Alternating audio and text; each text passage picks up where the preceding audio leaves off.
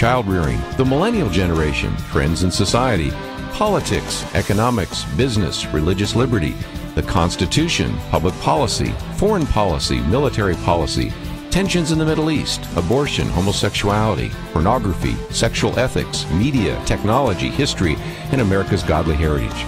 We talk about anything that affects your faith, your family, or your freedom. So don't go anywhere, because Point of View starts right now.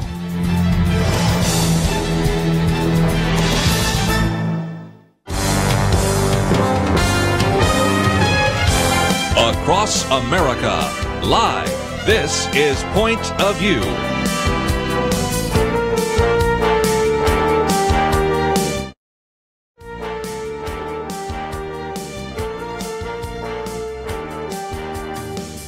And now, Nick Pitts. And welcome to Point of View on this November 1st, 2017 day, the day after Halloween. My name is Nick Pitts, and I'm hosting Point of View today. And I'm joined at the roundtable here today by Mr. Kerby Anderson. Kerby, how are you? Oh, I'm very good. It's been a good week so far. Of course, we have some really sobering things to talk about a little bit later in terms of what happened in New York City, but it is great to have everybody around the roundtable today. So good to be here with you. And then we've also got Brent Taylor, who's the pastor at Church of the Fields in First Baptist Carrollton, Texas. Brent, how are you? Well, I'm doing great. I have a question on my mind, though. Okay. What meal are you cooking for your pet? Oh, it is a National Cook a Meal for Your Pet Day. All Saints Day. There's also so many days. I don't actually have a pet. I had a bad experience with a pet when I was a little kid, and so nevertheless, there's no pet in my household. Kirby, do you have a pet? Are you feeding them old Halloween candy? I've got this one. It says it's National Authors Day. There's multiple days. What are we doing? So, if nothing else, as an author, I'll give you a copy of my latest book, since it's on understanding Islam and terrorism. I got a feeling we might talk about that later, but we've got a guest, I guess. Yes, we do have a guest on for the first half hour. We've got Eric Scheiner that's on. Eric is the director of Media Research Center's TV portion of their operation. Eric, you there? I am here. Thanks for having me. Eric, so great to have you on today. Tell us a little bit about yourself. Tell us a little about MRCTV. Well, MRCTV is a division of the Media Research Center, so we like to focus in on not only media bias and omission of issues, but we also like to get some coverage for some of the stories that the mainstream media wouldn't want to cover.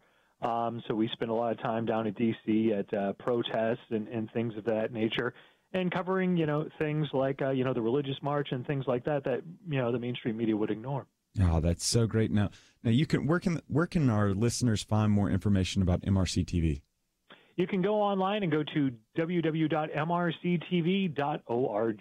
That's great. So Media Research Center, they just put out a new video. There was one of their personalities, Cabot Phillips, went on to college campuses, and he really started asking these individuals, these college students, what they about the tax plans. And so what was really interesting and kind of contextual background information, there's just fascinating research out among millennials 18 to 29 years old that 42% of 18 to 29-year-olds support capitalism, but a stunning number, 33%, support socialism, especially in light of yesterday being the 100th anniversary of the Bolshevik Revolution and kind of the demise of socialism's greatest experiment, I guess we could say. So tell our listeners, Eric, a little bit about Cabot's video. Well, credit where credit's due. Cabot actually works for Campus Reform. Okay. And he did this interview with students at George Washington University. And basically he went up and he asked them with what they knew about the Trump tax plan, whether they thought it was a good idea or a bad idea, if they had positive or negative feelings about it. And, right off the bat, they had negative feelings about it. They didn't think it was the right direction for America. They thought it would only make the rich richer and things of that nature. Well, then what he did is he broke down the tax plan as proposed by Trump's plan into certain bite-sized issues, talking about lowering the small business tax rate to a maximum of 25%, asking to see if an increase in the child tax credit or eliminating the so-called death tax were good ideas.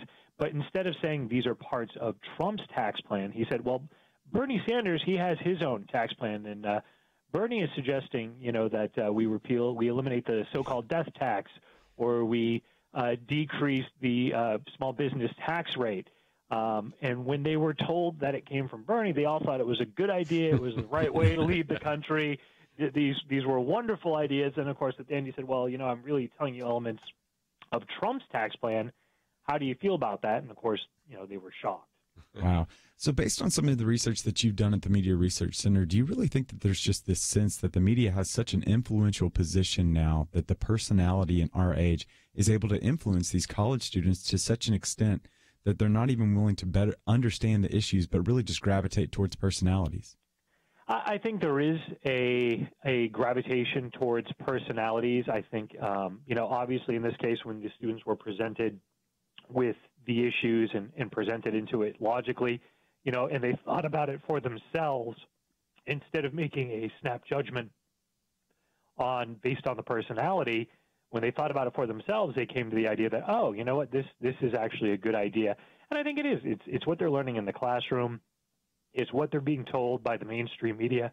And it's these type of issues that are clearly influencing them to just make a snap judgment. Oh, it came from Trump, or it came from a person who's religious. Well, I'm against that idea right off the bat. Wow. And so this is Eric Scheiner. He's the director of MRCTV on. Eric has been talking to us about the video that came out about campus reform, Cabot Phillips, and this idea that I guess the new Trump plan, I guess he wanted reports out of Politico, Kerby, were saying that he wanted to call it cuts.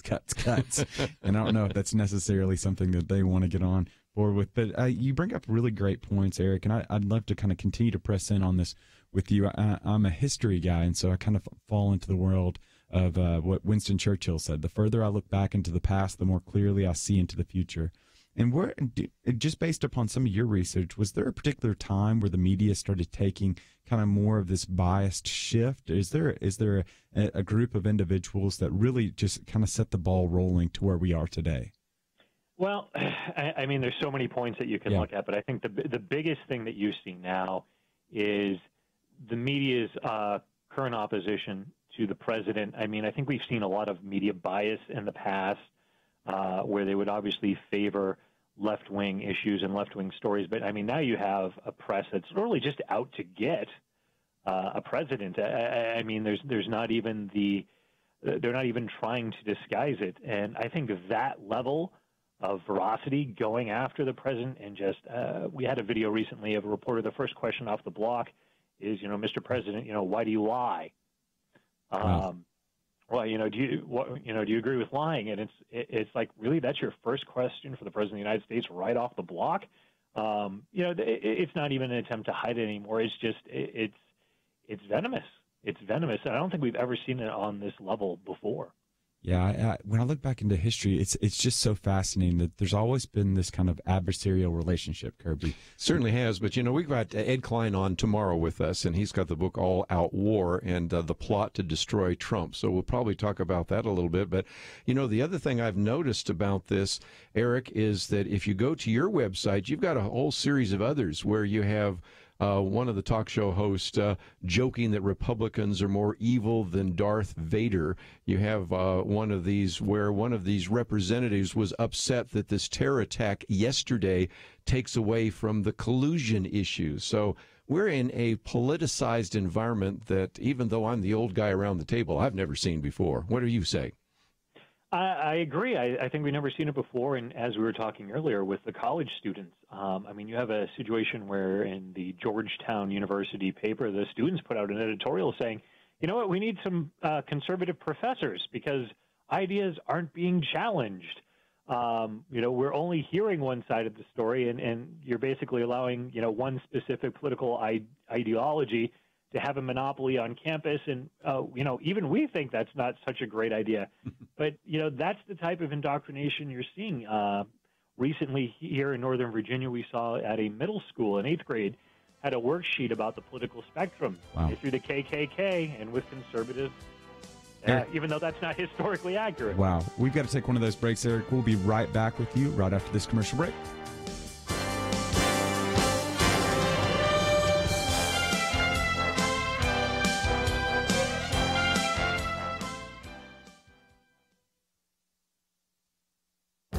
This is Viewpoints with Kerby Anderson.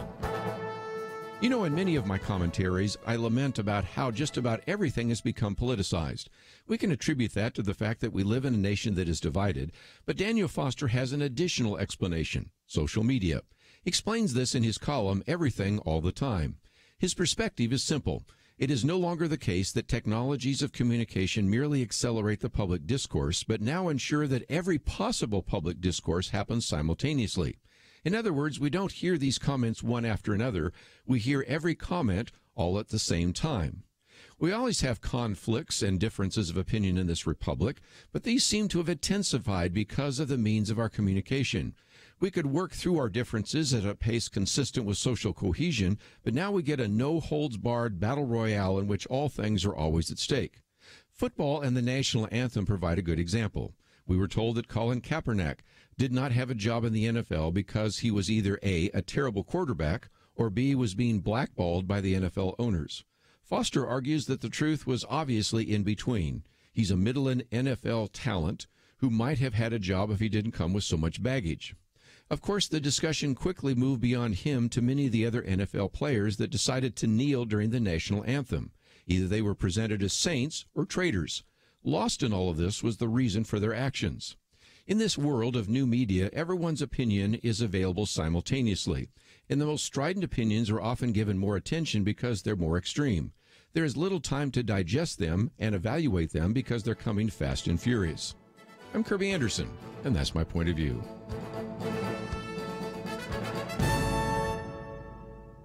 Take Kerby and the Point of View team with you on the go with the Point of View app. Search for Point of View Radio at the Apple or Google Play stores.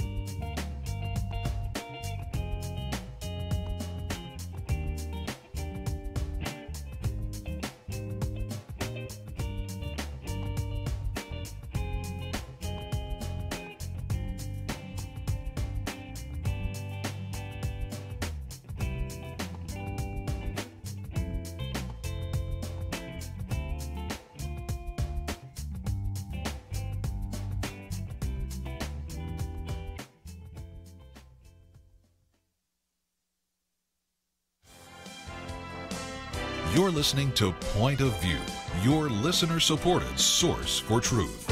And we are back on Point of View, and I am Nick Pitts, and I'm joined at the Millennial Roundtable by Kerby Anderson and Brent Taylor, and we've got on the phone Eric Scheiner, who's the director of MRCTV. Eric, it's just their website is just so phenomenal. We could just continue to commend that to you, www.mrctv.org. Eric, it was just so interesting. If I play the devil's advocate right now, there's one side that's going to say the media is completely biased, and so we hear that from a conservative standpoint. But then there's almost this insinuation that you would go over to kind of conservative media outlets. And so just even on Monday, there was much criticism about the way that Fox News even covered the Manafort indictments, to the extent that even Politico and CNN were reporting this morning that Fox News reporters were anonymously sending reports to them about how frustrated they were in the newsroom. With just this media bias on the left and on the right, what are some of those areas? What are sources that individuals can go to? How would you advise people in the populace to be able to move forward? Well, I don't advise anyone to completely ignore any media source. Some people, CNN, I think you may agree, but I certainly feel has a bias. Yeah. But it's important to see it and to understand its bias and say, okay, I've seen it, and now I'm going to go and watch the same story on Fox News or the same story. I'm going to see how CNS News covers this particular issue, and give yourself a really good perspective and give you an idea of what some are hammering. It was really interesting. Even this morning, I'll be honest, I was getting up this morning, I was watching ABC's news coverage of the terrorist attack in New York, and at least in the sections that I was watching, I can't say for their entire coverage, but they never mentioned how the suspected terrorists got in this country. They didn't want to mention the diversity visa program. I didn't hear about it. And then when I switched over to Fox a little bit later, I heard about it several times. Yeah. It's like, oh, right, of course. So it really depends on what they want to focus on. really one of the great sources we have here with us is the MRC does have a news division, cnsnews.com, and I'll laud them.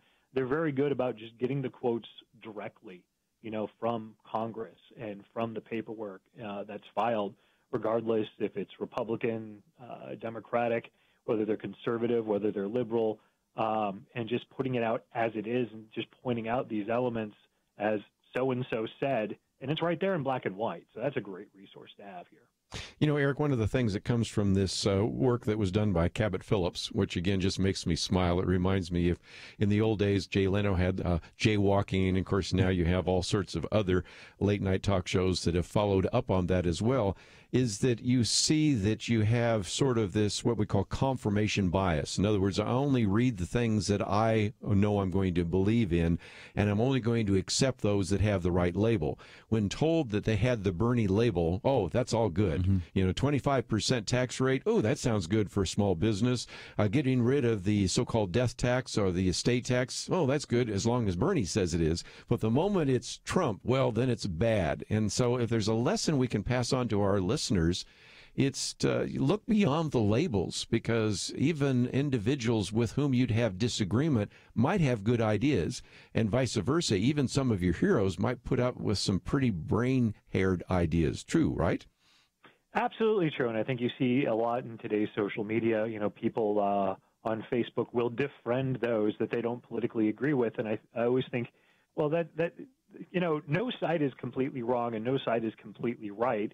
And I think generally, as Americans, as people, we all want good things for our children. We all want good things for this country. We disagree on how's the best way to get there. Mm-hmm. And the only way to do that is to have that conversation. By shutting people out that may disagree with your path to achieving it, you're really shutting yourself off to a lot of ideas. But a lot of people seem to prefer nowadays to live in this bubble where they only associate with those that think like they do and agree with their thoughts. And it's really funny because it really does only seem to happen on social media. And if you meet these people face to face, you can sometimes have some very, very reasonable conversations with them.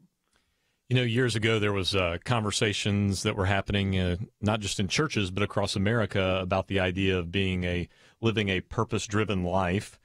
And yet today, it seems like our politics and what we see in the media is personality-driven, and that people are they attach themselves to certain people and their personality, and we see that obviously in the video. It shows that.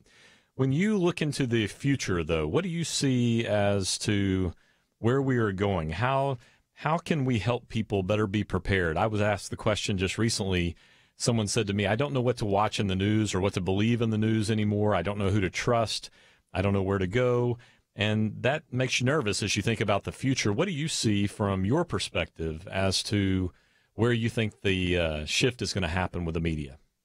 Well, I think the shift has already started happening, and I think we at the Media Research Center, we're even realizing turning our attention a little bit less to the broadcast, the big three networks, so to speak, and of course CNN and some of the others, but turning away from that television and focusing now on social media and how that's going to be moderated and what information is going to be suppressed or not suppressed, based on the operators of, what legitimately is a private business.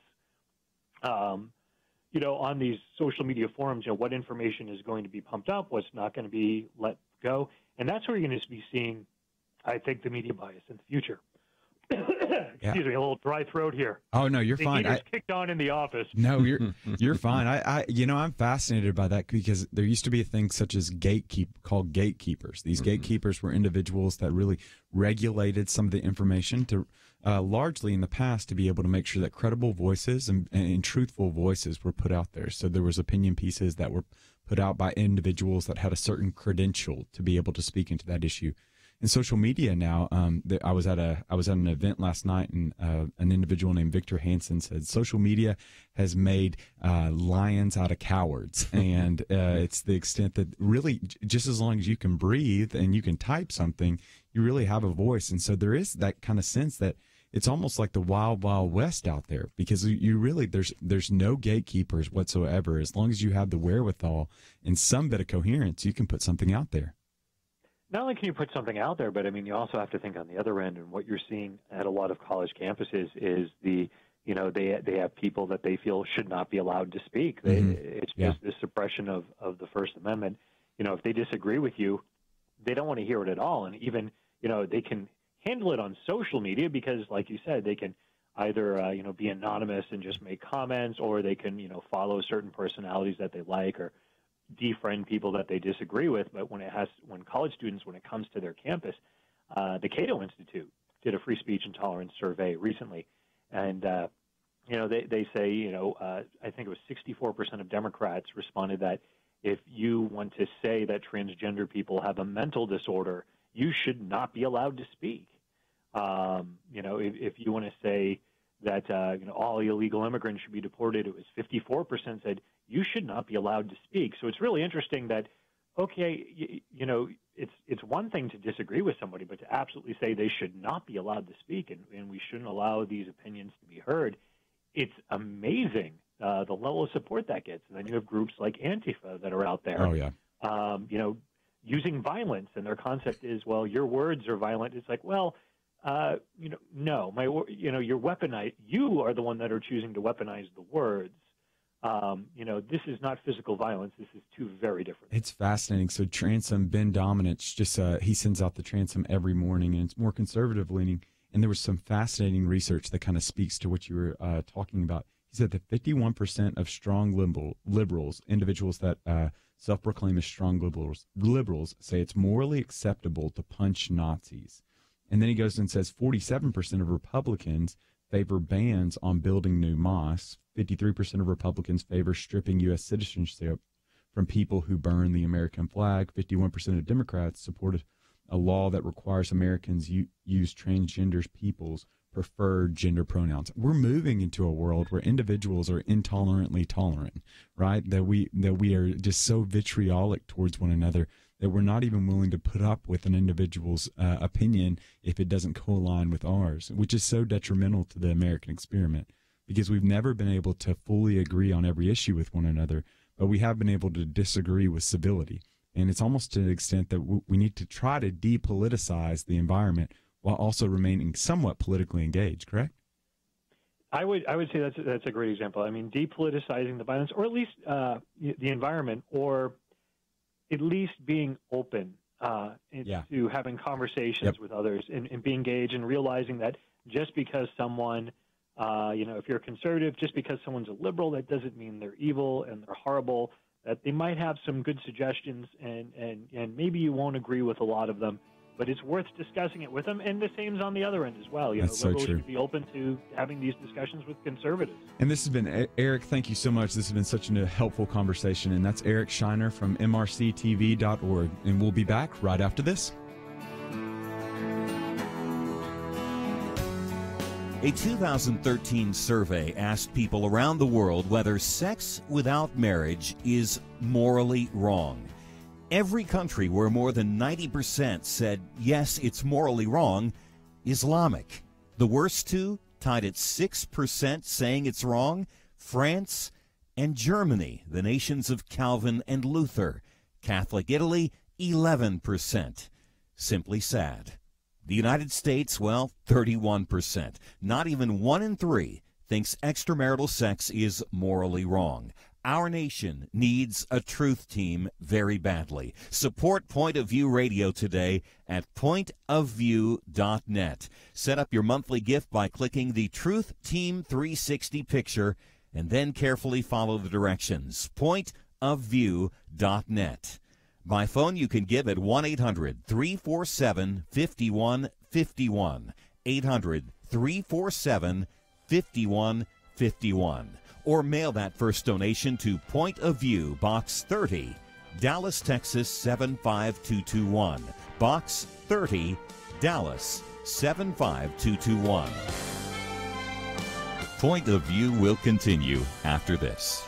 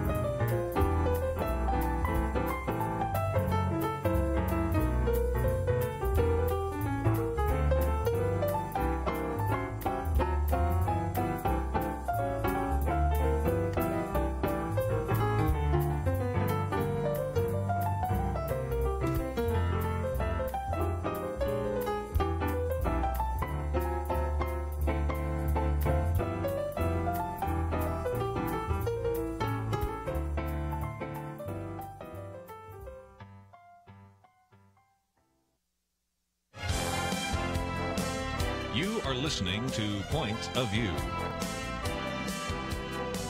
The opinions expressed on Point of View do not necessarily reflect the views of the management or staff of this station. And now, here again is Nick Pitts. And we are back on Point of View, and I'm Nick Pitts on this November 1st, 2017 day. We just got off the phone with Eric Scheiner from the MRCTV. He's the director of kind of their TV division over at Media Research Center. Again, just highly commend that website to you, mrctv.org.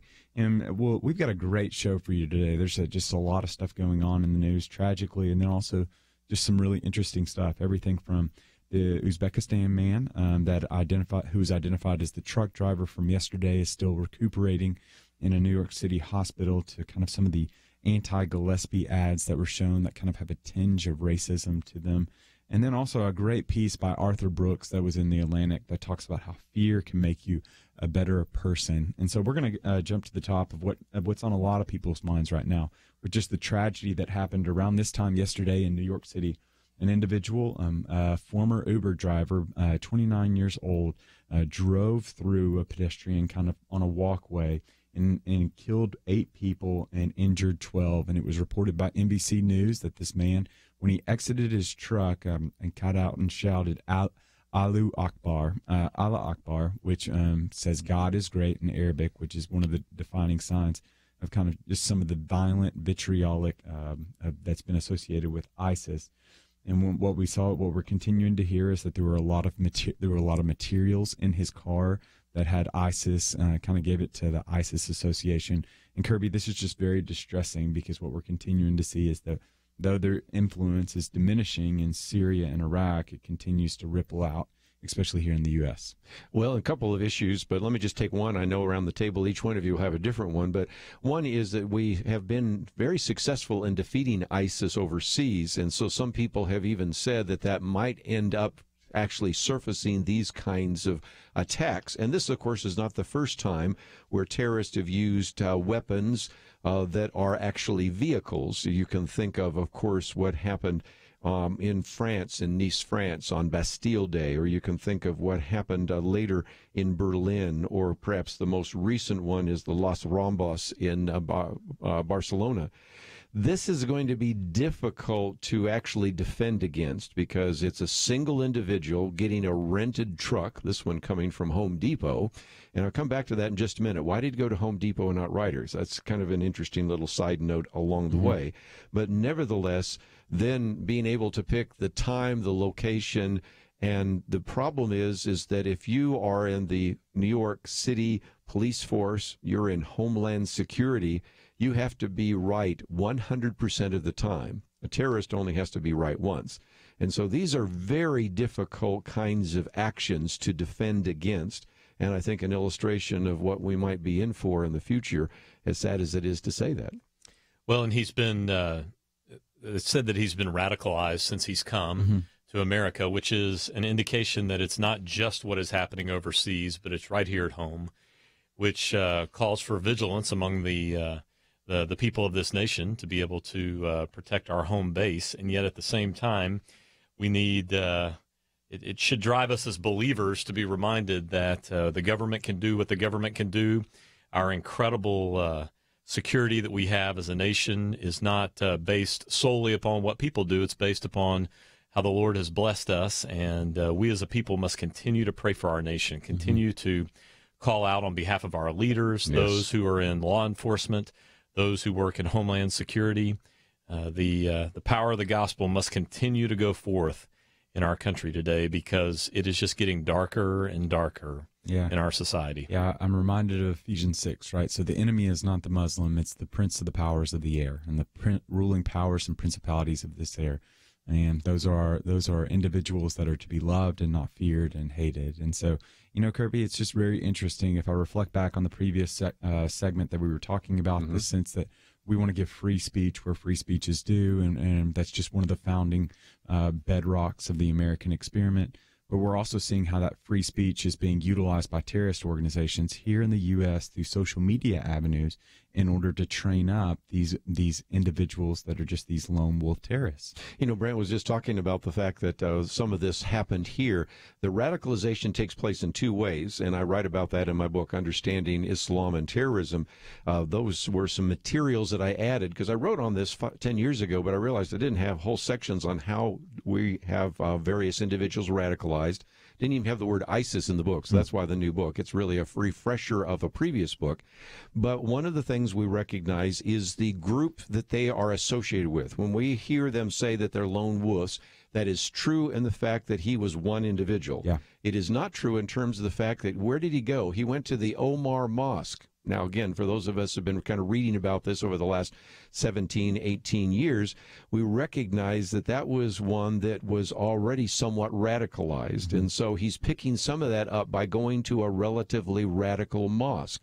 Well, are we going to close that down? Some European countries have closed down mosques. Is the United States ever going to do that? No, because we believe in the freedom of speech, freedom of religion, freedom of assembly.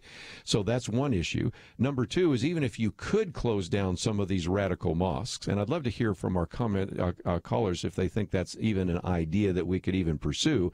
There's another issue, and that's these computers we got in front of us here. They can get radicalized just now through the computers. And James Comey was the first one, when he's FBI director, to point that out. So this is one of the big issues that we face. Our First Amendment freedoms allow for this to take place, because you have the freedom of religion, you have the freedom of speech, you have the freedom of assembly.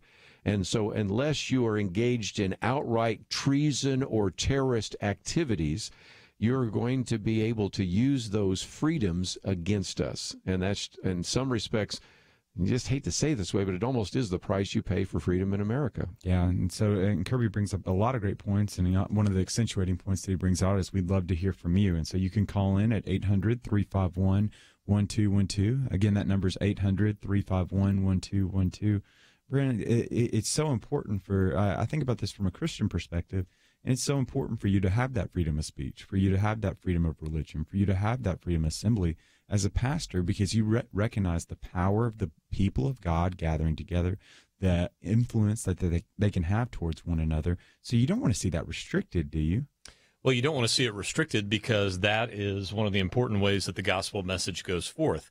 At the same time, I would remind you, though, that the early church did not have the liberties and the freedoms that we have. And yet, in fact, they faced incredible persecution. This coming Sunday is the International Day of Prayer for the Persecuted Church. And so there are people all over the world right now who do not have the freedoms that we have, and yet they are able to see the power of God at work in mighty ways. So that is something that we take very seriously, we take to heart. Yet I would also say, too, though, that as believers, we must stand for people to have the freedom to be able to speak, have the freedom to be able to share, because when those freedoms are taken away from certain groups, one day it will be us. It will be us. We're no longer allowed to share. We're no longer allowed to speak. We're seeing that happen now. Christians come under attack all the time. We're seeing that take place. And so it is that balance. It is such a line we have to walk between the liberty and freedom that we espouse as a nation, that we hold dear as a nation, and yet how that gets abused and used against us is something that is it just puts us in a very difficult situation, a difficult spot. Yeah, that brings up to the extent they can be influenced, but just as they can be influenced from a radicalized position, they can also be influenced from a Christian perspective, right, yes. Kerby? Well, and again, this is one of the things that I sometimes speak on as well, the number of individuals that have left Islam and become Christians. We hear that more have become Christians and left Islam in this last century than the previous century since the time of the beginning of Islam. And anybody that would like to read more about that, Joel Rosenberg's book has a whole chapter about those who have come to know the Lord. And, of course, we've had Johnny Moore on recently. We've had Tom Doyle and others, and every one of them document that this is a great opportunity. It's a great harvest of Muslims who are coming to Christ, in part because some Muslims, Nick and Brent, look at this and say, is this what Islam is all about? I mean, I meet a fair number of even peaceful Muslims in my own neighborhood, and I'm thinking that they're just such nice people, and I'm sure they look at this and say, is this the religion I'm a part of? I mean, you know how you would feel if all of a sudden there were all sorts of really radical Christians going out and killing people. You'd say, is this what Christ died for? You'd be asking the same question, wouldn't you? I think that's one of the things that you just have to be cognizant of. Just because an individual is Muslim doesn't mean they necessarily want to rent a truck and to be able to mow people down. At the end of the day, according to Gallup, 1.6 billion people around the world follow Islam. And of that 1.6 billion people, according to a study by Gallup put out in 2011, that only 7% have been radicalized. Of that 7%, that's around 112 million individuals that have been radicalized. Well, 112 million sounds like a lot, but you have to remember it's going to be skewed more towards in the Syrias. It's going to be skewed more towards Iraq. It's going to be skewed more towards in Qatar. And so it's important for us to recognize, like what Kerby said, there is a significant movement of Christ that's happening among Muslim people. And at the very time when it can be so easy to hate them, we've been called to love them and to pray for them. And who knows, we might just have another Saul turn into Paul. And we'll be back right after this.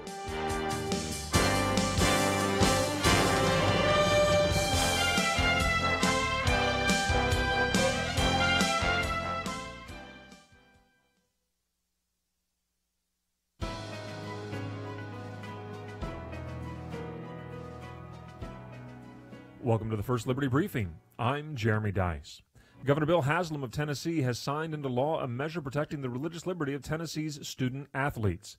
The new law allows parents to opt their students out of participation in an athletic contest if the event is on an official school holiday, observed day of worship, or religious holiday. Moreover, it sets the authority aright by explaining that school officials may not require a student to attend an athletic event over the parent's objection.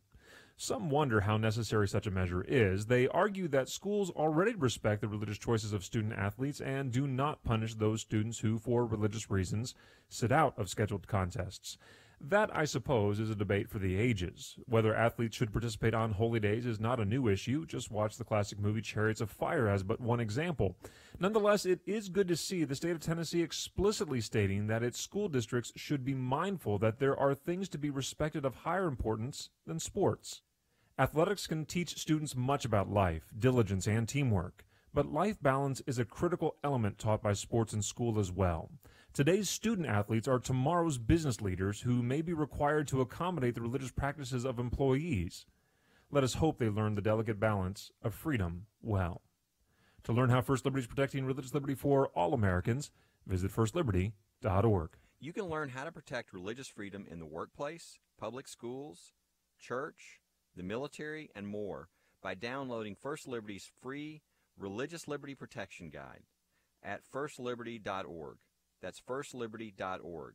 If you want hope for religious freedom, go to firstliberty.org.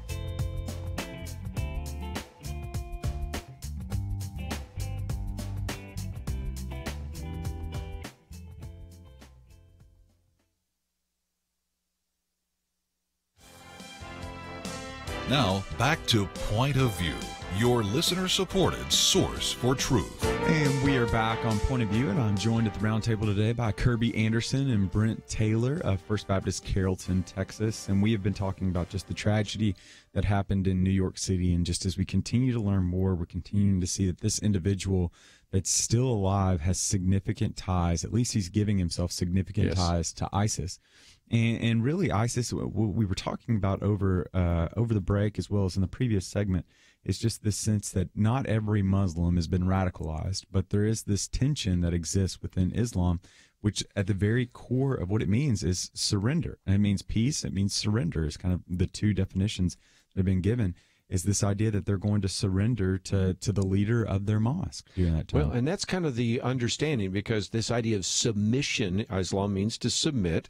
And certainly, if indeed you look at some of these verses in the Quran, when there are many verses of the sword, you can, as a matter of fact, I've told our listeners, just get a copy of the Quran. You don't have to buy one. You can even go online. Just read one chapter of the Quran. Surah 9, the 9th chapter, is one of the last chapters written in the Quran.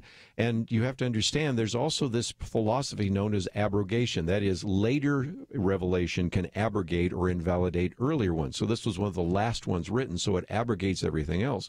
Well, you can't read through Surah 9. You get to Surah 9:5, the verse of the sword, Surah 9:29, about the fact that you are to fight and slay individuals. Now, again, most Muslims that I run into on college campuses and even in my neighborhood, they may look at those. They may not even know about those, but if they do, they go, well, that was a story about Muhammad. That applied to Muhammad in his day when he was actually bringing Islam into fruition and he was fighting against the infidels. But if you are a radical Muslim, you look at that and say those are binding today. And when you have imams in certain various mosques who actually preach from those surahs and then say you have this duty, it just takes one individual like this individual to say, well, then I have a duty to go out there and to slay the infidels. And also there is the guarantee that if I'm slain in this process of jihad, I have a sure ticket to heaven, because most Muslims do not have the assurance of faith that we have. Notice what he was carrying. Was he carrying guns? No, a paintball. No. Fake guns. I think he really wanted to be, suicide by cop is what he was looking forward to. And I think that's one of the important things that you bring up, Kerby. And I think it's really important for us just to understand the context of this Surah 9. That's really is the Surah meaning chapter in the Quran. So that's the significant hinge point, and for us to understand the context of that.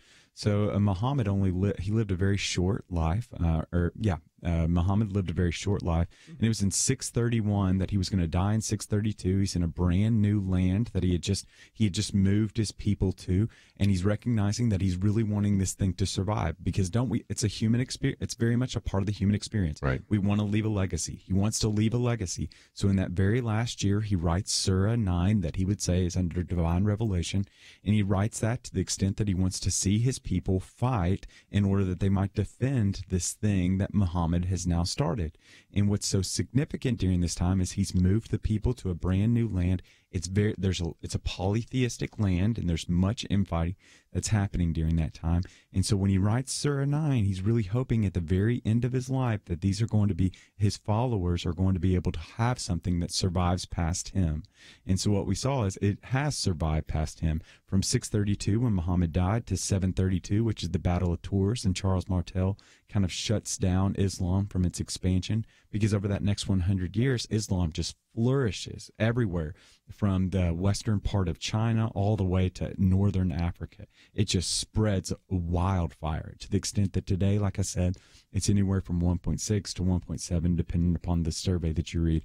1.6 or 1.7 Muslims, a billion Muslims that are around the world. And Brent, just to kind of bring back just this doctrine of abrogation that Kerby was talking about, it's really helpful for us to understand that this is something that even the biblical narrative kind of wrestles with, right? Does the former interpret the latter, or does the latter interpret the former? Are Christians supposed to go and slay Canaanites wherever they are, or is the New Testament really trumped the Old Testament, in that we're to love everyone, to love our enemies as ourselves, to love the Lord our God with all our heart, mind, and soul, and strength? So this isn't unique to Muslims, right? No, it's not. In fact, for believers, for Christians, we have the Old Testament, which is divinely inspired by God. We have the New Testament, also divinely inspired, and they're not in contrast with each other, but instead they complement one another.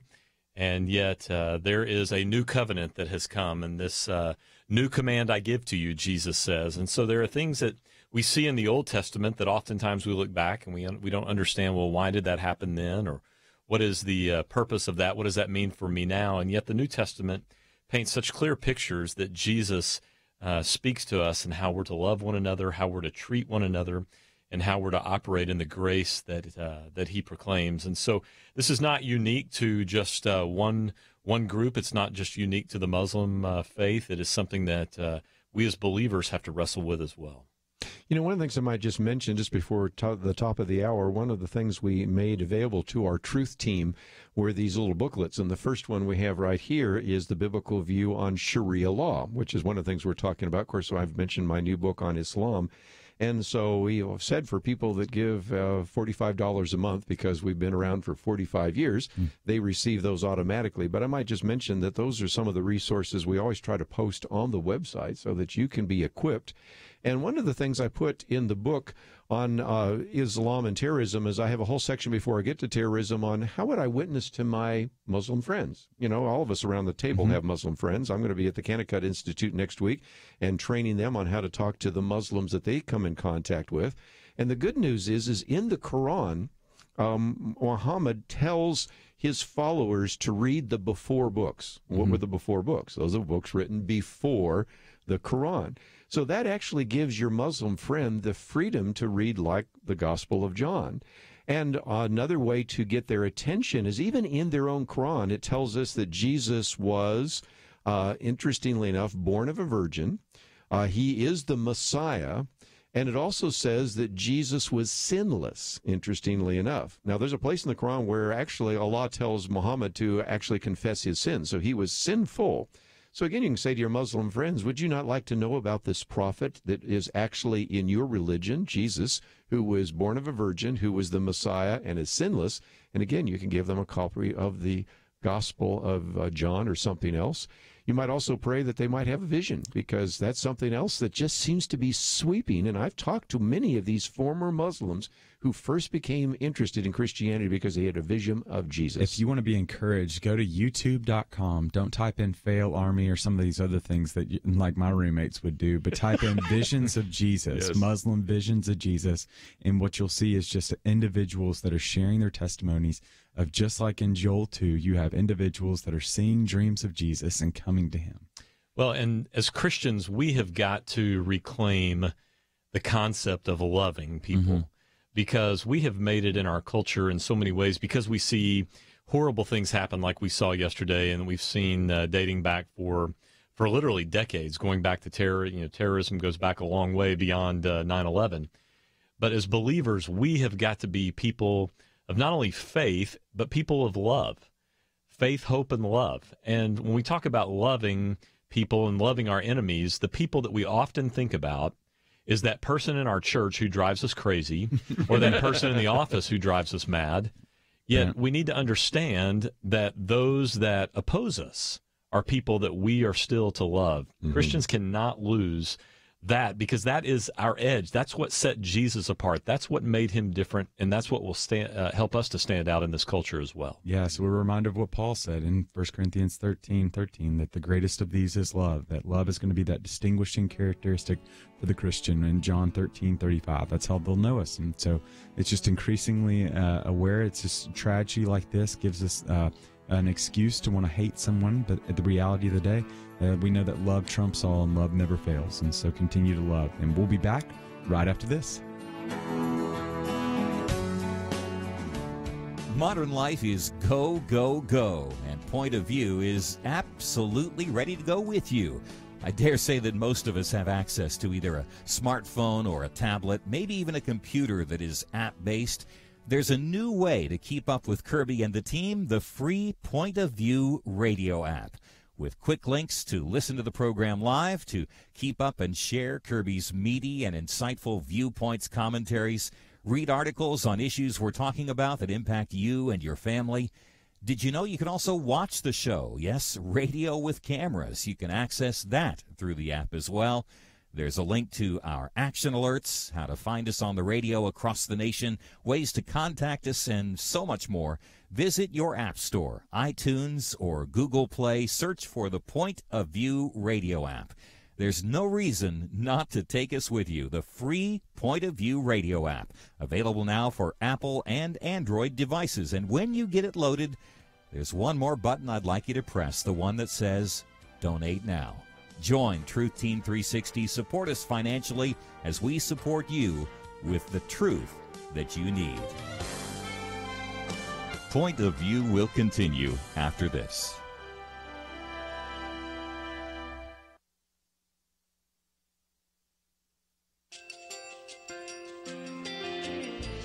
I just want to thank you so much for all the wonderful programming you have. You're just absolutely fantastic. I recently started listening to Point of View, and I really found it interesting because of the different subjects you cover. Thank you for that. I really appreciate everything that you do in keeping us informed. Thank you, Kerby, for everything that you have been doing. I appreciate all the work that you're doing, advocating for the Word of God. Thank you so much.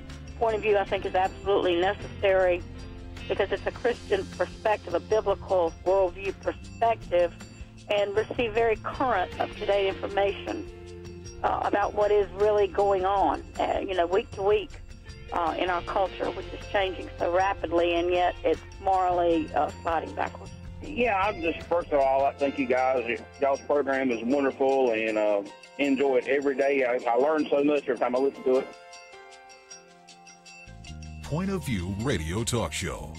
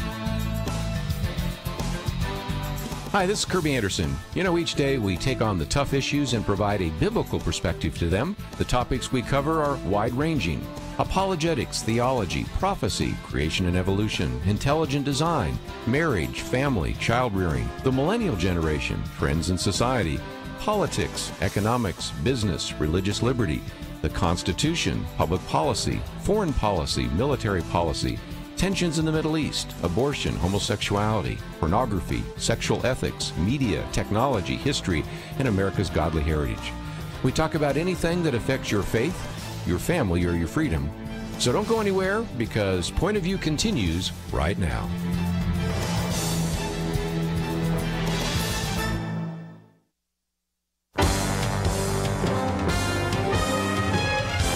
Across America, live. This is Point of View.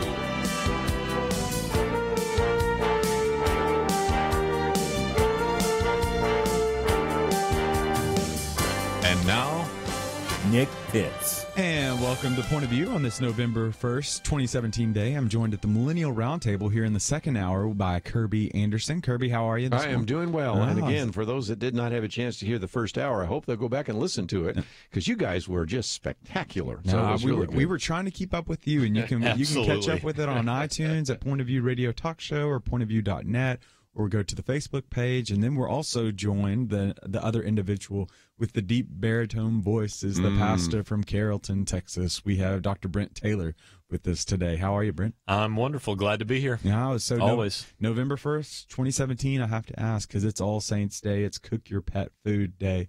But nevertheless, it's not Cook Your Pet Day. It's Cook Your Pet Food Day. Cook Your Pet Food Day.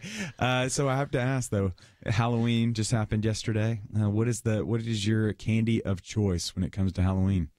Baby Ruth all the way. Baby Ruth, really? Yes. Really? Baby Wow. Ruth, yes. I mean, we got the salty and the sweet with the Baby Ruth. That's a mixture right there. Cannot go wrong with Baby Ruth. How about Reese's? Oh, Reese's. Most people usually put that top of the list. Okay, I will do that. Peanut butter cups. Peanut butter cups, Okay, yes. okay. Or Can't pieces go wrong. too, but you like pieces too? Yeah, huh? but the cups. That's the gold standard. So here's right? here's Isn't where that I'm the a gold little standard? lazy. You have to do too much unwrapping. I'm more of a Starburst guy. So whenever there's pink Starburst, it's pretty much just like a reminder of God's goodness and grace in That's this not being broken lazy. world. You got to unwrap all those, each one of them. No. But where there's a will, there's a way. And so it's like more work. But nevertheless, we've got a great show for this last hour that we're on, and we're going to continue to talk more about what's happened up in New York, as well as just the role that how fear can make you a better person, based on this New York, or rather the Atlantic article by Arthur Brooks, who's the president of the American Enterprise Institute. And then we're also going to talk a little bit about this new anti-Gillespie, who is an individual from the Bush administration, but's also running for Virginia governor. And there was an ad that kind of played upon the Confederacy flag, and then just some other racist elements that we're just wondering about. And you can find all of those articles, as well as more information about that, on the website pointofview.net. And we're also going to be opening up the phone calls to you. So if you want to call in, it's 800-351-1212. Again, that number's 800-351-1212. But Kerby, we're going to continue talking about this, as we were talking about during the first hour, the tragedy that happened up in New York. It's the deadliest terror attack since 9/11. So yesterday, an individual, a 29-year-old man from Uzbekistan, rented a truck from Home Depot, and he rented this truck from Home Depot and just drove up onto a sidewalk and started mowing down people. 8 people have been killed. There has been countless that have been injured. Upwards from at least 11 people have been injured. This is a man that, as soon as he got out of the truck, gave the Allahu Akbar, which is the kind of the phrase that's associated, that means God is great. It's associated with ISIS. And so it gives us the idea that it was a terror attack, as well as when we saw inside the truck, there were notes that were scribbled all about that kind of associated this with ISIS. And again, this is just another tragedy that sets forth just this continual, perpetual pattern that's been moving forward that we really can't seem to squelch right now. This one is going to be difficult because, again, we are starting to see some of these high-profile vehicular attacks. You have Bastille Day in Nice, France, in which a Tunisian-born man actually mows down and kills 84 people. And then you have the Tunisian asylum seeker who in Berlin on a Christmas market a year ago. And then you have, of course, even here in our own country, up there at Ohio State University, a Somalian American. More recently, of course, we had one in London, which was right there on the bridge, and then one that we talked about not so long ago in the place called Las Ramblas in Barcelona. This, again, is just going to be difficult to deal with. You're not having a debate this time about gun control because he didn't have guns. Matter of fact, he had fake guns. But you do have something that I think is interesting. Just a little footnote here. It turns out that New York for some time have wondered if there might be some danger in having people rent a truck. So the New York Police Department has gone to the various rental agencies like Hertz and Ryder and Avis and those that might have trucks, especially Ryder, and said, you need to exercise extreme caution about who you rent these trucks to. Now, notice the truck he rented came from, as you said, Home Depot, which probably was not contacted. Now, I'm completely out on a limb here. I don't know if he tried and didn't or knew and didn't, but he went to not the place where you normally might think to rent a truck. That's Ryder Trucks, and instead went to Home Depot. But the point is, you can see where this goes because it's back to a point that you made earlier, Nick, in terms of our First Amendment freedoms. You can imagine that if you are a Muslim American and you go to Ryder and you want to rent a truck so that you can move your family, but you look a little bit suspicious and they decline to rent that truck to you, do you know what's going to happen next? There's going to be a lawsuit. You know there is going to be a lawsuit over those kinds of things. So you can see that even when the police, in the best of intentions, say, we want you to be very careful and circumspect about who you rent a truck to, we can't have truck control any more than we can have gun control, because as soon as you have freedom, evil people will have the freedom to do evil things. And we don't want to squelch these freedoms, right, Brent? We don't want to squelch the freedom to assemble. We don't want to squelch the freedom of religion. We don't want to squelch the freedom of speech, right? Well, Thomas Jefferson talked about how he would rather be exposed to the inconveniences of attending too much liberty than too small a degree of it. So that means you're advocating for TSA. Okay, continue. Well, I can tell you, TSA, huh? I can tell you this: when I don't mind extra security in my life, that's not something that's bad, and so yet it is. It's the price of freedom. It's the price that we have to pay. And Ronald Reagan talked about how high the cost of freedom can be, but it's not as high as the cost of losing freedom.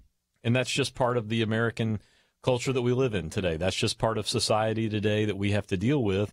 And I'm very sympathetic to people who are profiled in the process, because that's an extra burden they're having to carry just because of the color of their skin. I have a member of my church who travels quite a bit, and he's lived his entire life here in this country, and but he's of Egyptian descent, and every time he goes anywhere, it seems, anytime he's on an airplane, wherever he may be, he's always looked at, and yet he says that's just part of the world that we live in today.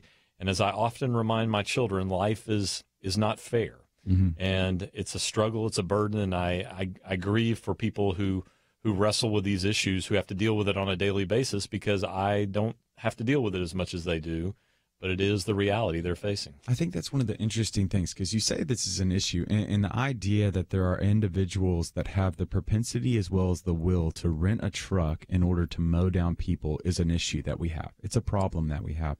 And the natural gravitation, I think, especially in this politicized age, is to come up with a political solution.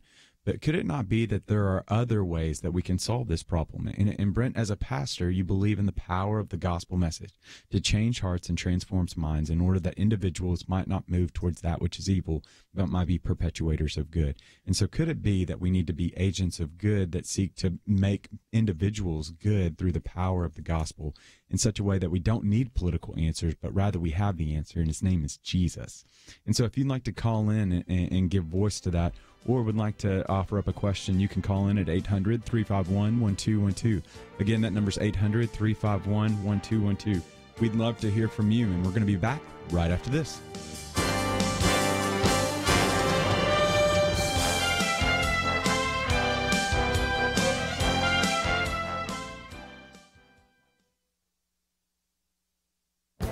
This is Viewpoints with Kerby Anderson. You know, in many of my commentaries, I lament about how just about everything has become politicized. We can attribute that to the fact that we live in a nation that is divided, but Daniel Foster has an additional explanation: social media. He explains this in his column, Everything All the Time. His perspective is simple. It is no longer the case that technologies of communication merely accelerate the public discourse, but now ensure that every possible public discourse happens simultaneously. In other words, we don't hear these comments one after another. We hear every comment all at the same time. We always have conflicts and differences of opinion in this republic, but these seem to have intensified because of the means of our communication. We could work through our differences at a pace consistent with social cohesion, but now we get a no-holds-barred battle royale in which all things are always at stake. Football and the national anthem provide a good example. We were told that Colin Kaepernick did not have a job in the NFL because he was either A, a terrible quarterback, or B, was being blackballed by the NFL owners. Foster argues that the truth was obviously in between.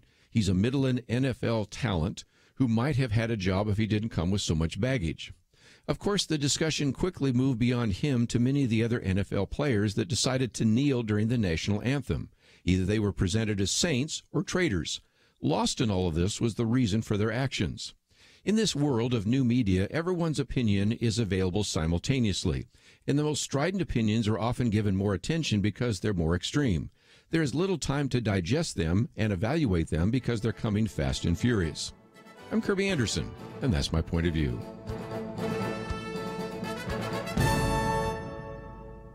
Take Kerby and the Point of View team with you on the go with the Point of View app. Search for Point of View Radio at the Apple or Google Play stores.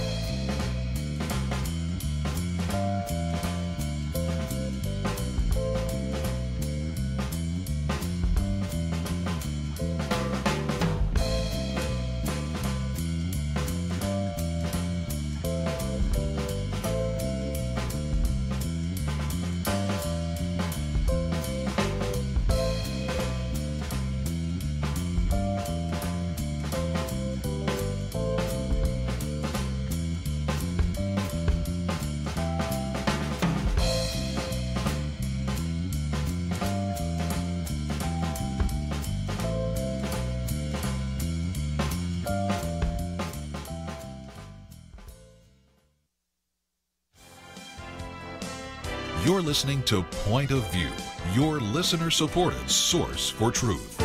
And we are back on Point of View, and I'm Nick Pitts. I'm joined at the roundtable by Kerby Anderson and Brent Taylor, and we've been talking about what's happened in New York and just the tragedy that it is and the problem that we're faced now with how do we protect that which is sacred here in the American experiment of free speech, but how do we fix this problem that we continue to have and continue to see ripple out across the world, which is just this radical Muslims that are acting on some of their beliefs.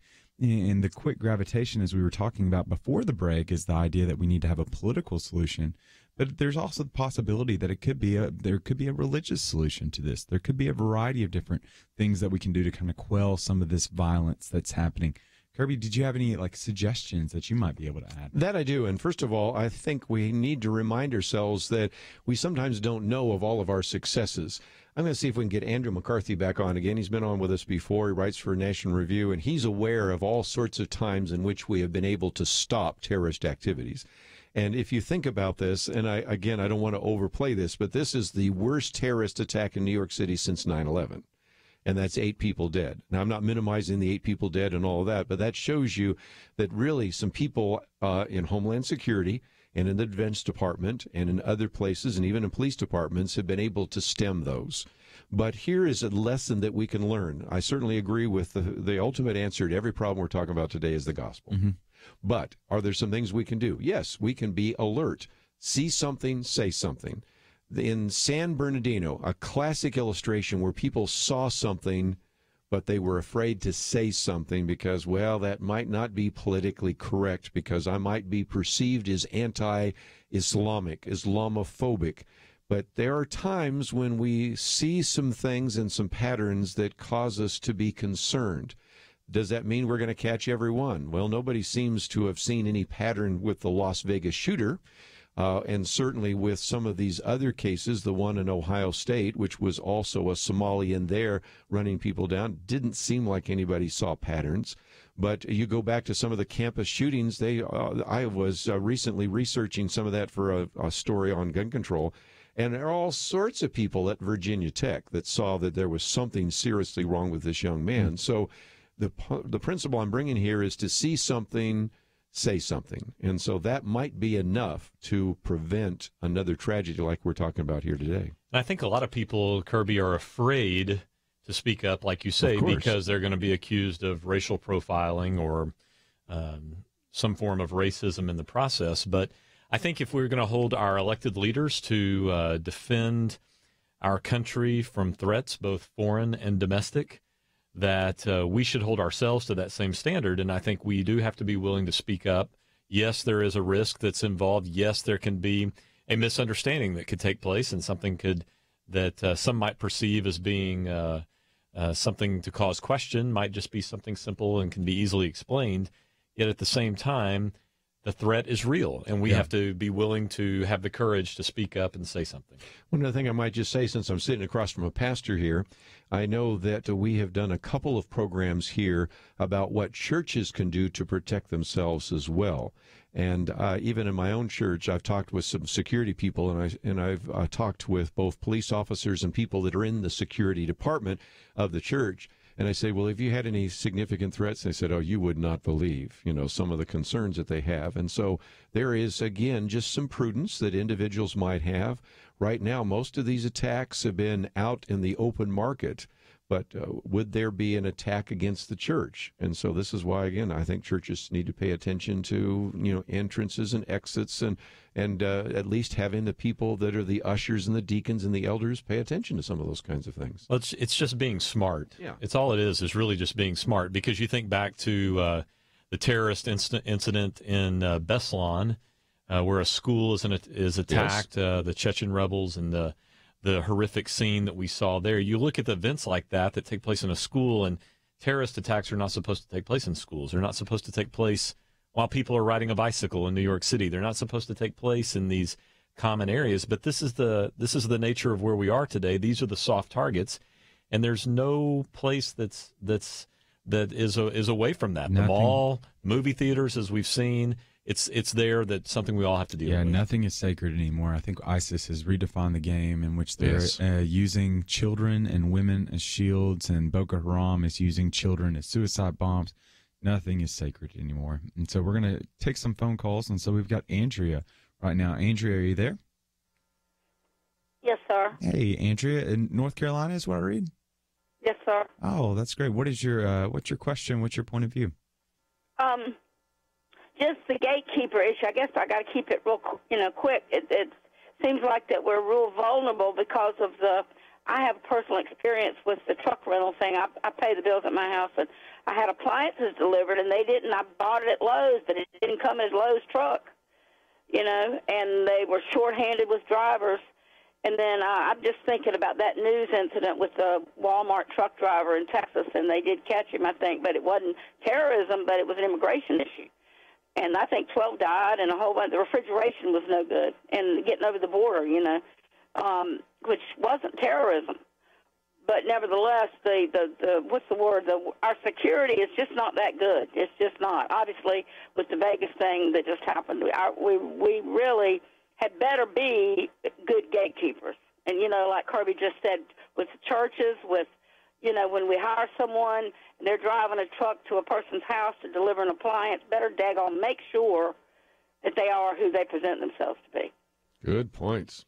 I was just thinking this in terms of the church, too. I mean, I know that, Brent, probably in your church, if you have people working with youth, you want to do some kind of background check. And if somebody just comes in off the street and you're not sure who they are, you probably have trained, or certainly after we're finished today, we'll train your ushers to just pay attention to them. If somebody comes in with a backpack, I know you can't get into our church without somebody looking in your backpack. They let me in because I guess they think I'm safe. But, I mean, anything that looks a little bit unusual, that is what can tip you off and thus protect you. So unusual behavior with something that happens in the children's ministry, something unusual in the worship service, those are all just opportunities for us to exercise stewardship.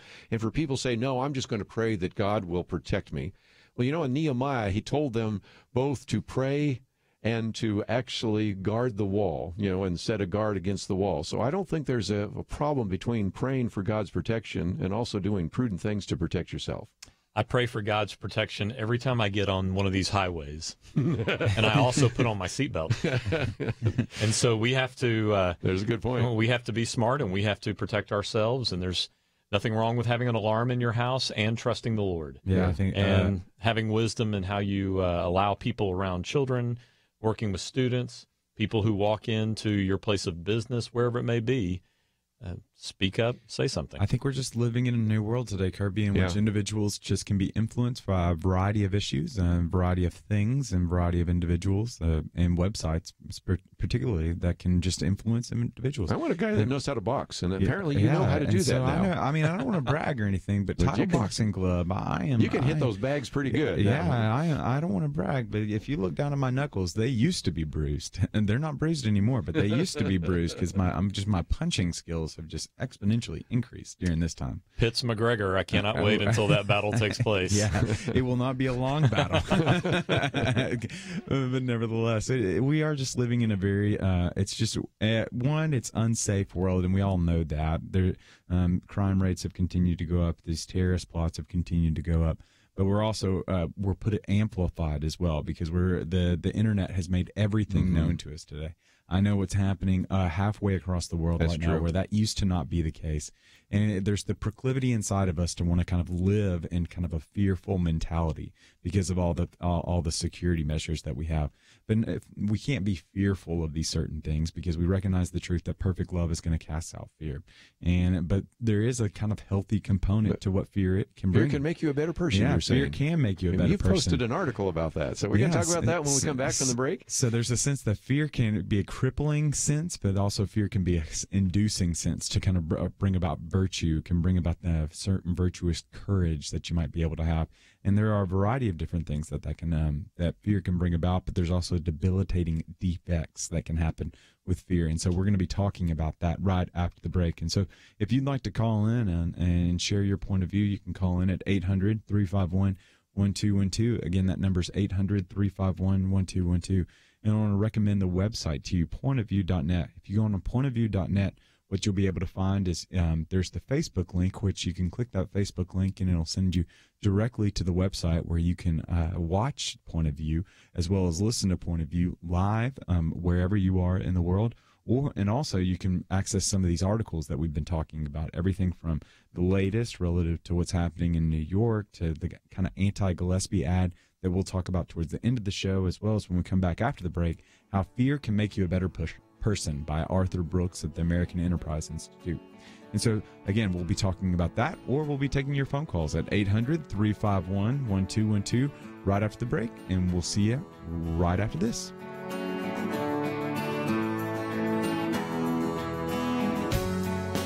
Is religious freedom still a cornerstone of the Republic, or has it effectively been crushed by the forces of tolerance? America needs Christians to be informed and as unified as possible, applying God's wisdom to civic life. Point of View can be a key part of a successful mission. I believe in America. I believe God wants His best for us. We can face whatever the world throws at us as long as we stand together. If you have not signed on, please do it now. Support Point of View Radio today at pointofview.net. Set up your monthly gift by clicking the Truth Team 360 picture and then carefully follow the directions. Pointofview.net. By phone, you can give at 1-800-347-5151. 800-347-5151. Or mail that first donation to Point of View, Box 30, Dallas, Texas 75221. Box 30, Dallas 75221. Or call us 800-347-5151. Point of View will continue after this.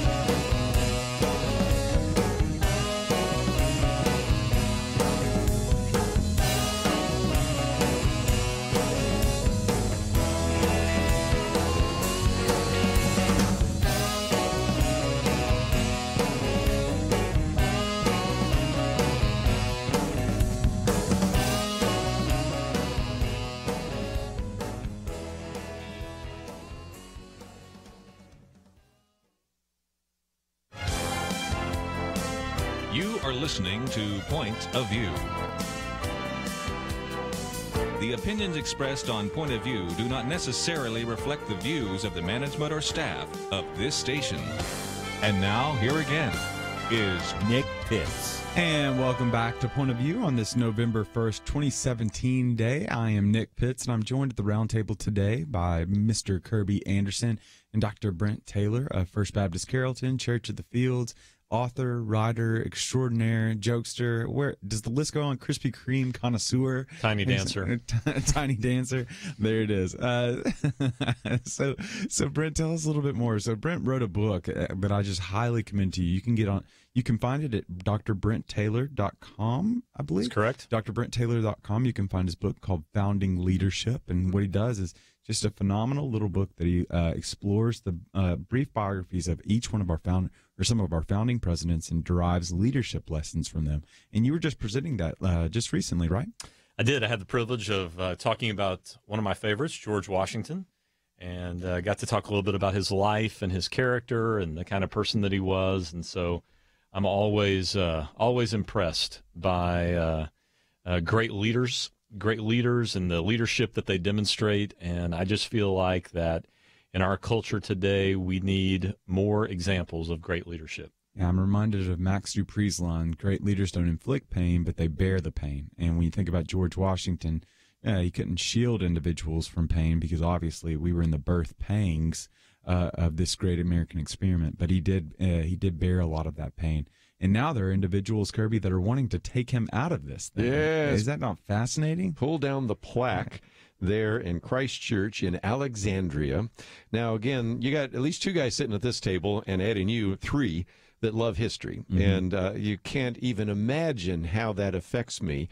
I'm actually a regular and have been a regular, at some level, donor to the Williamsburg Foundation every single year. Love to go to Williamsburg, love to donate to it, have all the knickknacks and ornaments and things of that nature. I've gone to all the major revolutionary battlefields, most of the major Civil War battlefields, really, again, have such a great admiration for individuals who, as we're going to talk about in just a minute, in the midst of great fear and great turmoil, were willing to demonstrate courage and fight their way through that. And so, Brent, we talked about the other day, I could understand why some might say, okay, it's time to pull down the plaque that talks about the fact that Robert E. Lee was here or Stonewall Jackson was here. But in Christ Church in Alexandria, to say we're going to pull down the plaque that says George Washington worshiped here because it might make a few people feel uncomfortable, it would create some trigger warnings, was a little disturbing to me. But I'd love to get your comments. Well, I've always been a huge fan of George Washington, and for many reasons. I think the supreme reason is the one that Douglas Freeman identified, and that was his incredible character. Among all the founding fathers, they looked to Washington as their superior. And so even though he didn't have the intellect and the talent of even a Thomas Jefferson or a George Washington, they still looked to him. And I think that when we see what's happening in our culture today, because of the concern about the monuments and the debates, now everybody is getting very, very uptight about anybody in the past. And it's almost as if we need to pretend that that people didn't have flaws in order to keep their memory intact. But that's really bad history. We have to look back and recognize that great leaders like George Washington were flawed individuals. They had problems. There are things in their life that we don't always emulate. But at the same time, there are many people throughout history and even in biblical history who did not have a perfect lifestyle, yet we look to them and we seek to emulate things about them. The Apostle Paul was not perfect, but we are to follow his example, just as he followed the example of Christ.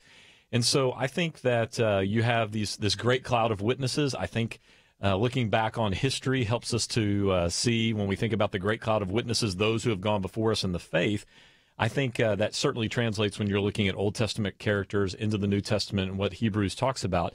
But I don't think there's anything wrong with looking back at people like George Washington and saying, hey, he's not perfect, I'm not perfect, but there are some characteristics about his life that I would like to emulate in my life. And so not a fan of taking the plaque down off of the church. I don't think that advances the cause in any way. Yeah, so I'd be interested to hear our listeners' point of view. Should the plaque stay? Should the plaque go? Again, this is centered on a church in Alexandria, Virginia, Christ Church. They have decided, due to being seeker-friendly, I guess you could say, to a certain extreme, that they have decided to take down the plaque of George Washington because they want to make sure that no one is triggered or everyone feels welcomed. And apparently a plaque, again, not a statue, but a plaque could cause individuals not to feel welcome. Should it stay? Should it go? You can call in at 800-351-1037, 800-351-1212. Again, that number's 800-351-1212. And Brent, you bring up a really great point when you talk about the biblical narrative, because all throughout the biblical narrative, outside of Jesus, there are individuals that were imperfect people that a perfect God used to accomplish his glorious purposes.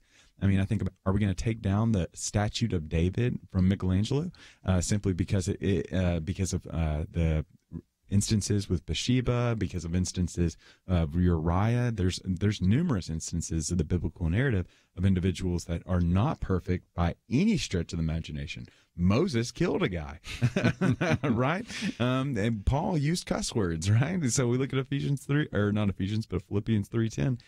These are individuals that were imperfect people, but again, we still can honor them without necessarily glorifying some of their wrong past, right, Kerby? Well said. And again, sometimes this is done out of ignorance. Of course, the one that got me the other day is they asked some college students why they wanted to remove Abraham Lincoln from this particular display, and they said, well, because Abraham Lincoln owned slaves. Which doesn't exactly encourage you about the education that we have here in America right now. And some say, well, George Washington owned slaves. Yeah, and he actually let them go at his death, and later even expressed some kind of grief about that. But if those are the things you're going to hold against him, can we put on the plus side the individual that was the bulletproof George Washington in the French-Indian War? Can we talk about an individual that in the battle for New York was able to get the troops away, the individual that actually went across the Delaware River just before Christmas in the ice and the snow and got the first victory, the person that persevered through Valley Forge and all the way to Yorktown, and then after all that goes back and says, okay, I've done my service. No, we want you to be president, and then decides after 8 years to step down from the presidency, where the king even said he must be the greatest man ever to actually walk away from power. And we're going to then take this individual down simply because what? He owned slaves and only released him at his death. I don't know. That just doesn't make sense to me. Well, I find it humorous. The church said that one of the reasons they were taking the plaque down was because that the presence of that plaque would make some people feel unsafe. And I thought to myself, they're not going to be the first people who were in the presence of George Washington who felt unsafe. He was an imposing figure, yes, no doubt. But I think in many ways he sought to be fair, sought to do what was right. Understanding the culture and the context is something we have to examine, we have to look at, and we have to think honestly about. We have to have intellectual honesty as we think about the flaws, the mistakes, the things that we look back on and realize were wrong at the time, and where they are today. You talk about the ignorance that's happening in our culture today. I laugh, but I think about a paper I received from a student one time who talked about how surprised they were to learn about Abraham Lincoln's influence on the colonies. And I told them I'm surprised to hear that as well, since he was born 30 years after the colonies. That's tremendous influence if you can have retro influence. I have always heard you cannot believe, and Lincoln said it well, you cannot believe half the things you read on the internet. Yeah, that's right. But nevertheless, let's take a phone call really quickly before the break. We've got Aline in South Carolina. Aline, are you there? Yes, I am. Hi. What is your point of view? Well, I'm seeing a correlation between the liberal left and the Taliban. It seems that we're doing a preemptive strike on all of our history, removing any signs of how we were founded, the Christian influence in our society. Taliban went in, any place that they would go, they would tear down 1,000-year-old statues, and I just find it unacceptable, really. Yeah, Aline, you do bring up a pretty significant correlation or a kind of comparative analysis. You've got what the Taliban and specifically what ISIS has done overseas is what's known as historicide, specifically. And so historicide is like what they've said, especially in Palmyra. They just literally blew up just these 1,000-year-old museums and old libraries to where they are beyond repair now. And we're going to miss out on so much of that stuff now. But I think there's a difference. I think we have to make a distinction, because I do think that what ISIS is doing, going in and blowing up these historical places, they're doing that because they hate the ideology. Mm-hmm. I think that some of the protests that we see happening in our culture today, particularly as it relates to Civil War monuments, is based more on an argument against slavery, against those types of issues. And I think we have to just be careful in how we walk that line. So should they stay or should they go? You can call in at 800-351-1212, and we'll continue this conversation when we get back right after this.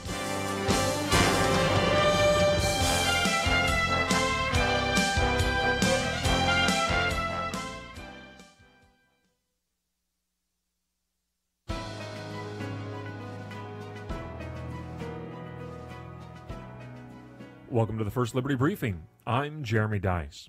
Governor Bill Haslam of Tennessee has signed into law a measure protecting the religious liberty of Tennessee's student athletes. The new law allows parents to opt their students out of participation in an athletic contest if the event is on an official school holiday, observed day of worship, or religious holiday. Moreover, it sets the authority aright by explaining that school officials may not require a student to attend an athletic event over the parent's objection.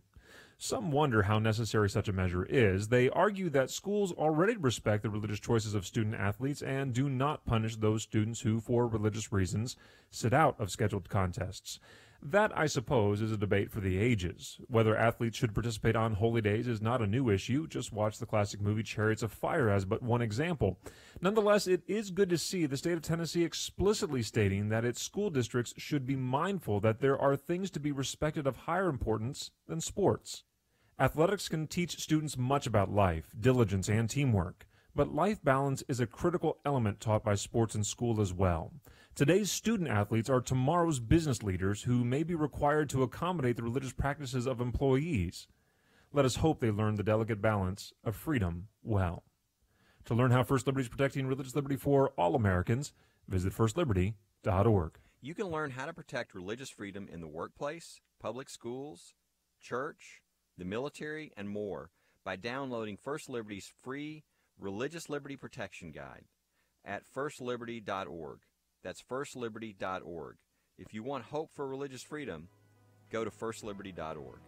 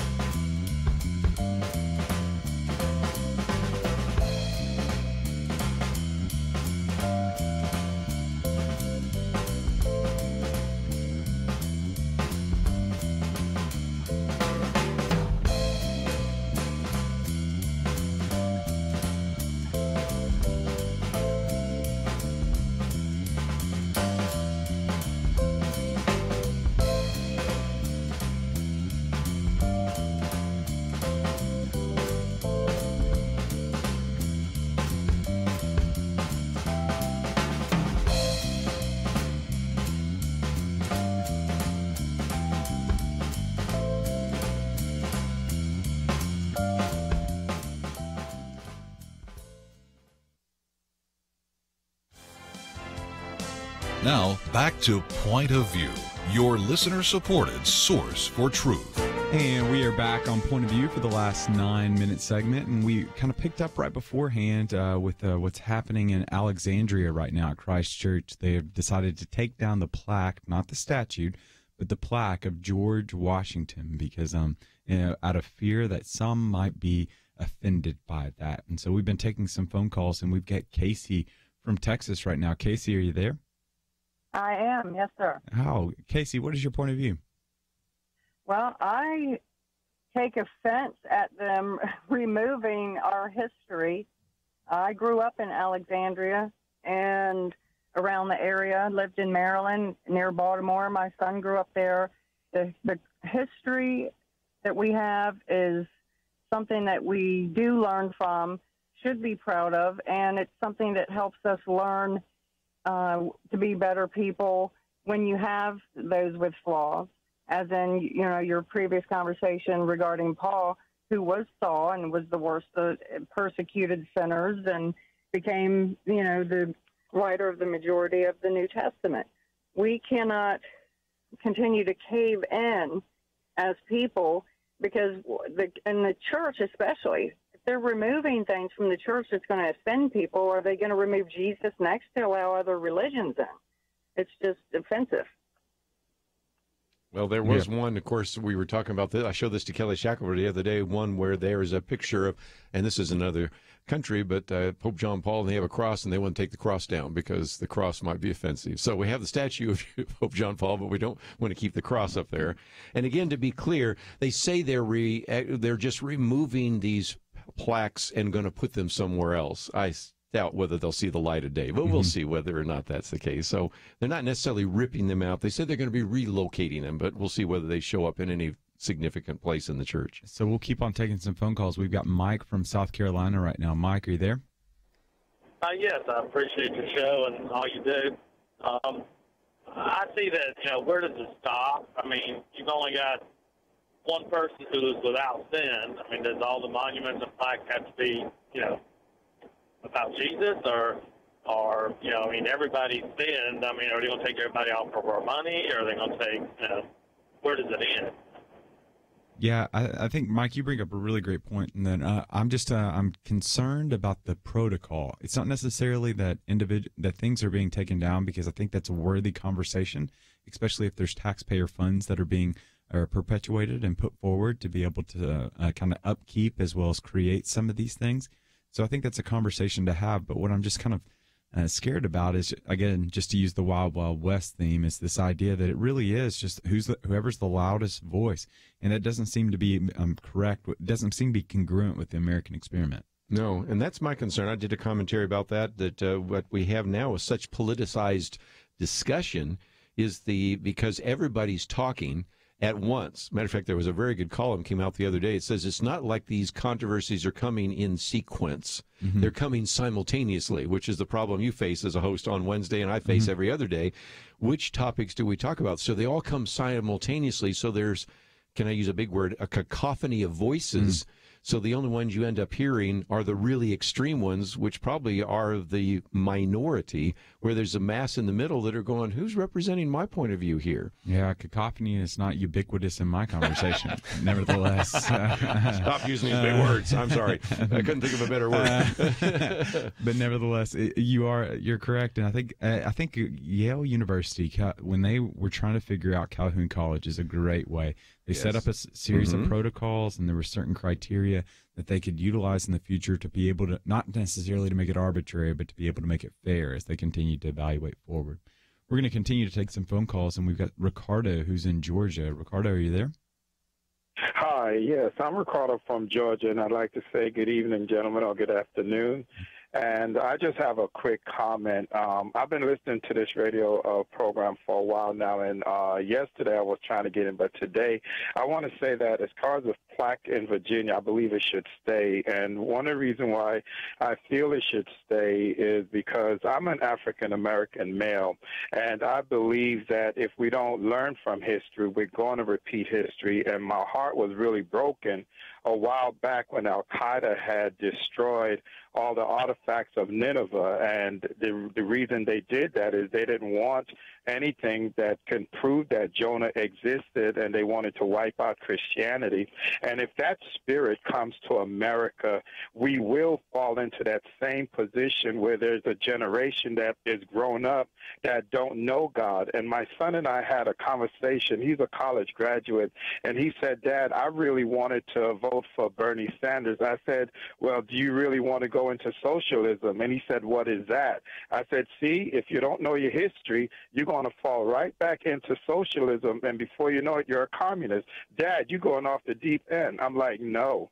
If you don't know your history and somebody comes up and tell you something crazy and it sounds good, you're going to go for it. And we're in a culture now where they are trying to wipe out history because they want to start a new way of living and the new normal. And the new normal is history is not important. And that is crazy. If we take down the monuments, we take down the plaque, even if they move it somewhere else, they're going to move it to somewhere where nobody really goes, or where you have a 19-year-old who will never find it, never hear about it, but yet he's on the internet and he get all this fake news or fake history or go to Wikipedia where everybody can put their comment, and then you get a culture that basically is so far from God.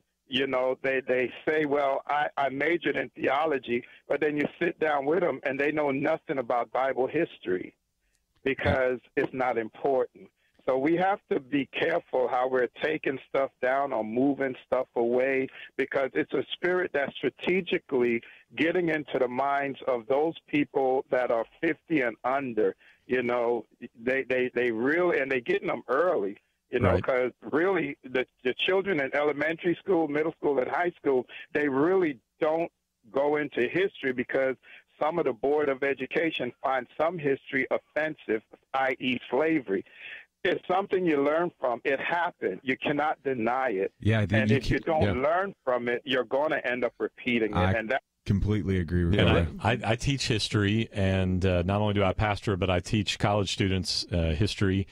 And I remind them every semester that if they don't learn history, they're doomed to repeat it either in the spring or next fall if they don't do. But, you know, that's a joke on some levels. But at the same time, we have to understand what has happened in the past in order to interpret where we are today and where we need to go. We need to learn from the mistakes of the past. We need to learn from the victories and the leadership we see in the past in order that we might be able to move forward and make wise decisions and improve society, not go backwards, not hide it, not try to cover up the ugliness of our past, not try to cover up the sin of our past, but instead learn from it in order that we might move forward. Yeah, history is very cyclical, as we're reminded of every time some new problem comes to face us. History is cyclical, and then we recognize from the biblical narrative, nothing is new underneath the sun.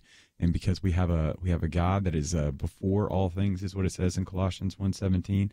And not only is he before all things, but he's given us his word, which allows us to be able to be a light to our path and a guide for our feet. And he's given us everything pertaining to life and godliness. We might be able to use that word to illuminate our way as we navigate forward. And so, Brent, it's been so great to have you on today. It's always a pleasure. Always good there. So you can get Brent's book at www.drbrenttaylor.com. And Kerby?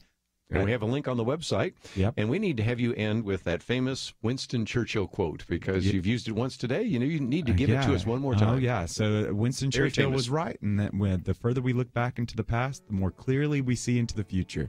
And by looking into the past, I recognize that Point of View comes on at 1 o'clock. And so you can check it at 1 o'clock, or you can check your local time at pointofview.net. And we'll see you back here tomorrow.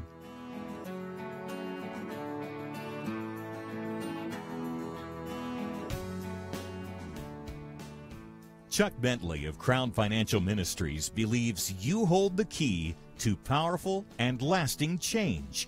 You can be a hero. Are you happy with what you're seeing in our culture? Are you really pleased with the direction of this country?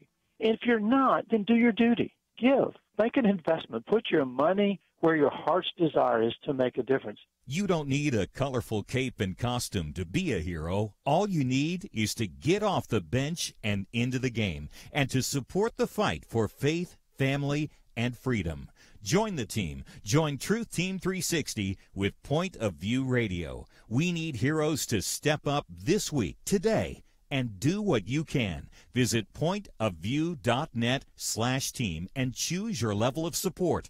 Be an important part of Point of View's 45-year legacy of changed lives and changed communities. It will be a gift that pays off for eternity. Pointofview.net/team, or give by calling 1-800-347-5151.